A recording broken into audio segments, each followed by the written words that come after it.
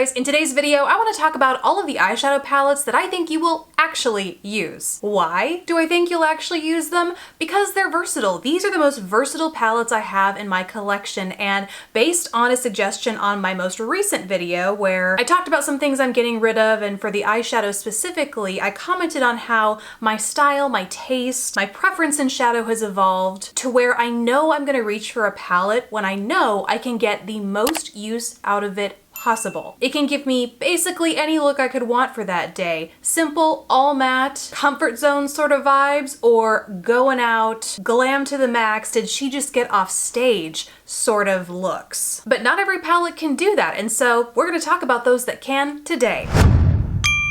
So before we get started, you might ask how I know a palette is versatile, and I'll tell you why. It's because I made up some rules. Just two, easy peasy. First of which is it has to have a variety of textures. I want to be able to make an all matte look. I want to be able to punch that matte look up with shimmer, metallic, glimmer, whatever we got going on. I need to be able to create two dramatically different textured eyeshadow looks. Two, we gotta have a wide spectrum of shades. We need to have our core neutrals so that we can have that, basic everyday eyeshadow look, but we also have to have some color on those days when we really are feeling a little saucy, So those are my rules, pretty simple, but honestly, when I started pulling palettes based on what I love, I actually had to cut out a few of my absolute favorites because they didn't quite make the cut. So these truly are, despite even the palettes that I might pick on a daily basis because I don't mind even a little lack of versatility, these are the best of the best as far as versatility goes in my collection. So let's get started on it. First, I want to start with what is on my eyes today, and honestly, it's the first palette that I even thought to pick up as I was picking out palettes for this video.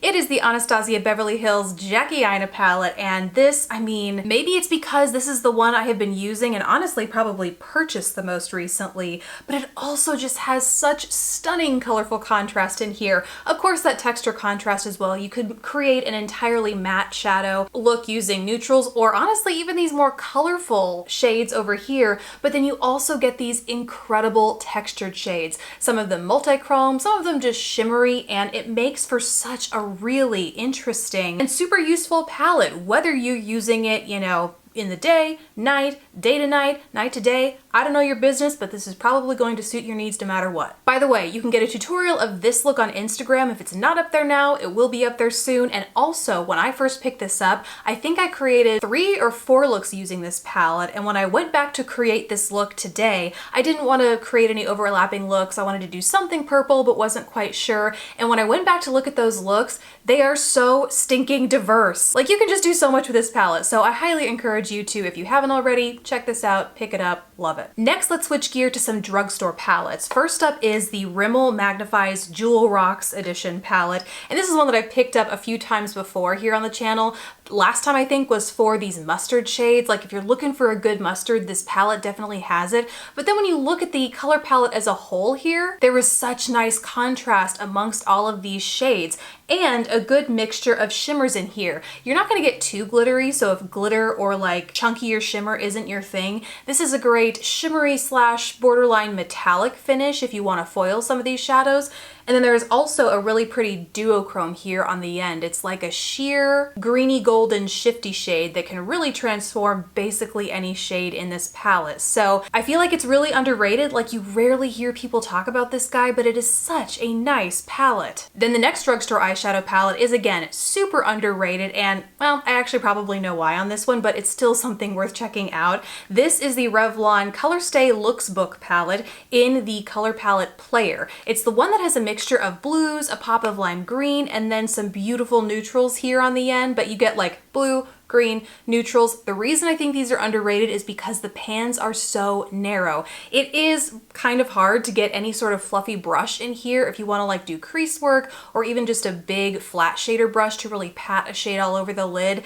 That's the one downside to these palettes that I really wish they would fix, because the shadow quality is nice. I really like the shadow quality in these guys, and you get really buttery matte shades as well as some shimmers and like high shine metallic shades in here. So don't sleep on this guy. Even though it might be kind of fussy in terms of brushes, it's definitely one worth checking out, especially if this color palette is one that appeals to you. Next up, let's talk Huda Beauty, who, by the way, I think is one of the very first brands ever to really embrace textured shadows in her palettes, starting first with her very first textured eyeshadow palette, which, by the way, I think she's like remastered, redone. It's no longer in this packaging. I don't even know if the formula is the same, but I'm almost positive it's a very similar format. Or if you just have this already in your collection from way back in the day, definitely go back and reach for it because you might not remember how versatile it is. You have every single, you know, earthy kind of shade you could want to create a basic brown tone palette, but you also have a pop of red, some pink, and then these beautiful textured shades, which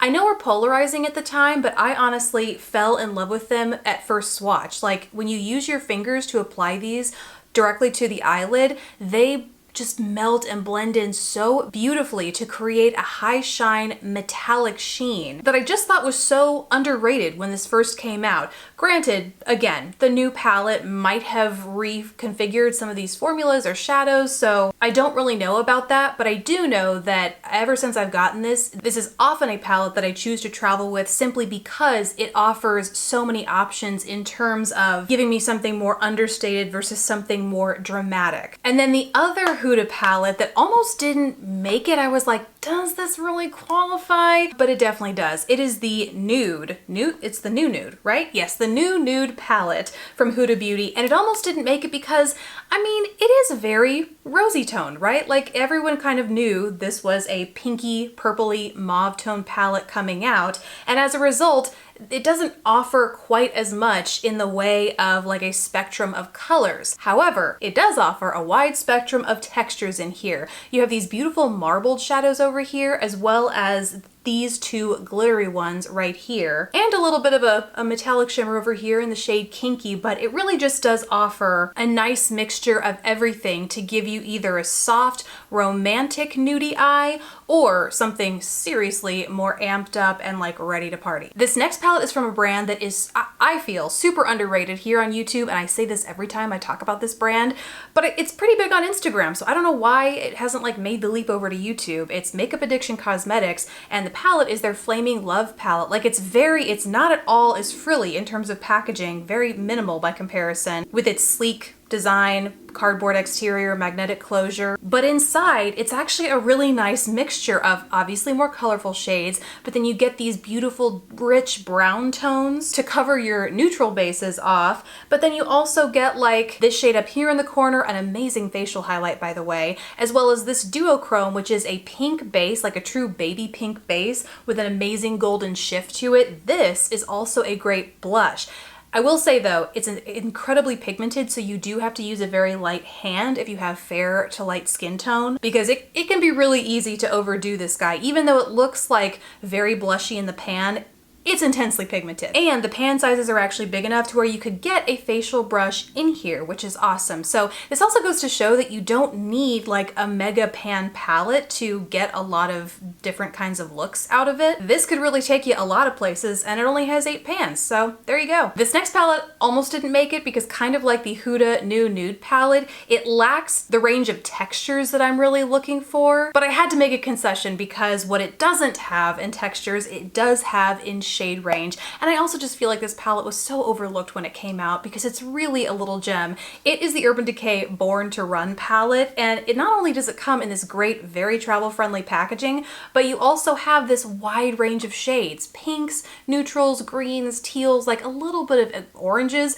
a little bit of everything in here. You can do the full matte, you can go all shimmery or a mixture of the two, and you just get a really nice spectrum of colors in here to really let you make whatever your heart wants. So I had to include this one. Nearing the end, we are getting in the high-end luxury realm, but I couldn't not include this palette in this video. That is the Pat McGrath Mothership 5 palette. This is the one where it's like you have your matte neutrals, but then you also have this fun zone is what I like to call them. The shimmery and multichromatic shadows up here that allow you to make your look so interesting, transform any shadow in here by adding like this pinky greeny shift or this blinding white gold shift up here. It really just allows you so many different kinds of looks, and probably more than you realize, because especially on camera, it just never does these shadows up here justice for how multichromatic they are. But trust me, this gives you a ton to work with, both in terms of versatility and also product quantity. Like I might have this for forever, not just because it was so expensive, but because these shadows are very plentiful. And last up is actually another palette that almost didn't make it. It is the Natasha-Nonna Star palette.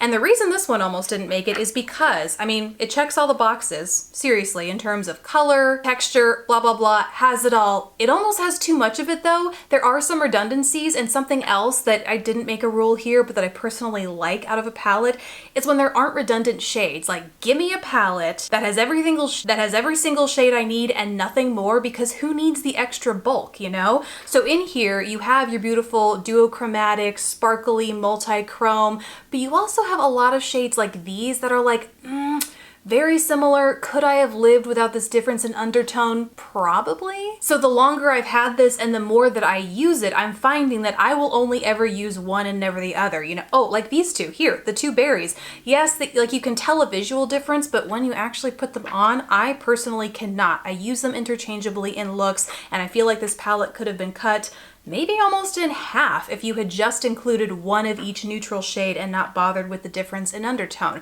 Maybe that's just me, maybe I'm being a little too harsh, but I'm being honest, that's why this guy almost didn't make the cut. But if you are looking for a nice palette that kind of has it all in all the ways I've been talking about, this is a really nice one too. So who's with me? Are these the kinds of palettes that you see yourself using like all the time, or do you look for something else in the palettes that you want to use every day? Let me know down in the comments below. And besides that, guys, thank you so much for watching. Please don't forget to subscribe if you haven't already, and I will catch you in the next video. Bye, guys.